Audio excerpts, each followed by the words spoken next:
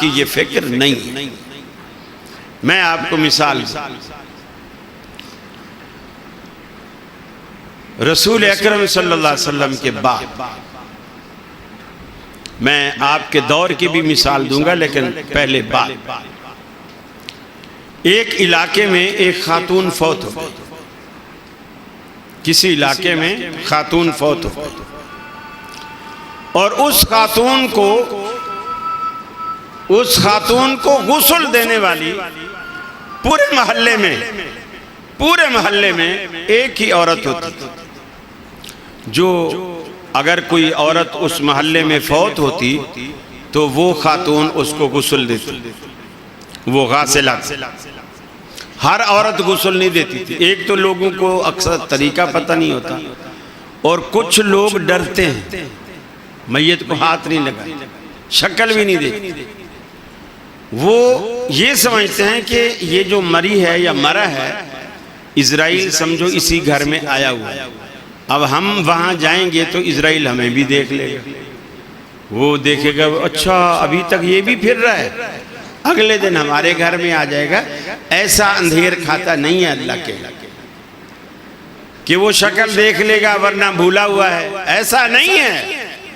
اس کے پاس پوری لسٹ ہے اور وہ اس لسٹ کے مطابق آتا ہے، اور جس دن جو لمحہ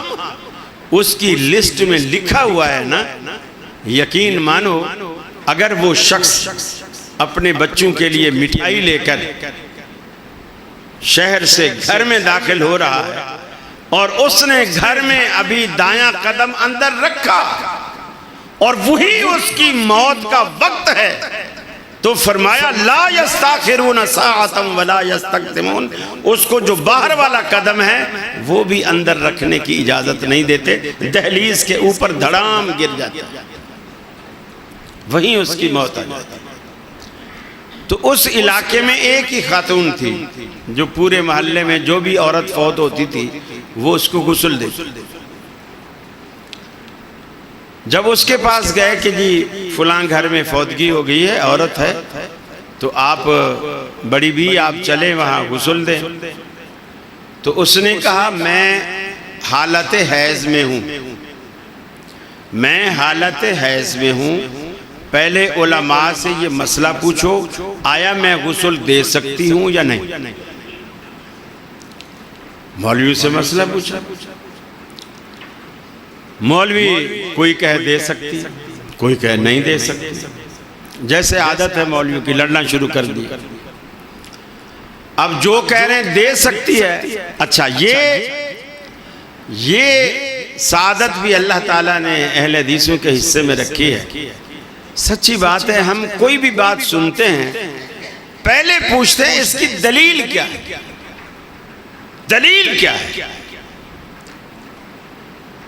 اب جو مولوی کہے کہ جی نہیں دے سکتی ہے تو ناپاک ہے، یہ ناپاکی ایسی نہیں ہے کہ وہ بالکل کتے جیسی ہو گئی ہے۔ کیا حیض کے دنوں میں عورت آٹا نہیں گونتی ہے کہ نہیں گونتی؟ آٹا حرام، روٹی پکاتی ہے روٹی حرام، سبزی چھیلتی بناتی ہے سبزی حرام، آپ 10-12 دن 7 دن 6 دن 5 دن تو حرام ہی کھاتے ہیں۔ ایسا تو نہیں ہے، ایسا نہیں ہے۔ یہ جو بعض پلیدگیاں ہوتی ہیں جو حکمی ہوتی ہیں، اس سے جسم ایسا نہیں ہو جاتا کہ نعوذ باللہ کہ سور جیسا کتے جیسا، ایسا نہیں ہے۔ اللہ کے حبیب ایسی حالت میں ازواج مطہرات کے ساتھ سوتے بیٹھتے، اگر وہ جسم ہی ناپاک ہے تو جسم ناپاک کے ساتھ اللہ کا حبیب کیسے بیٹھ سکتا ہے، کیسے لیٹ سکتا ہے؟ خیر،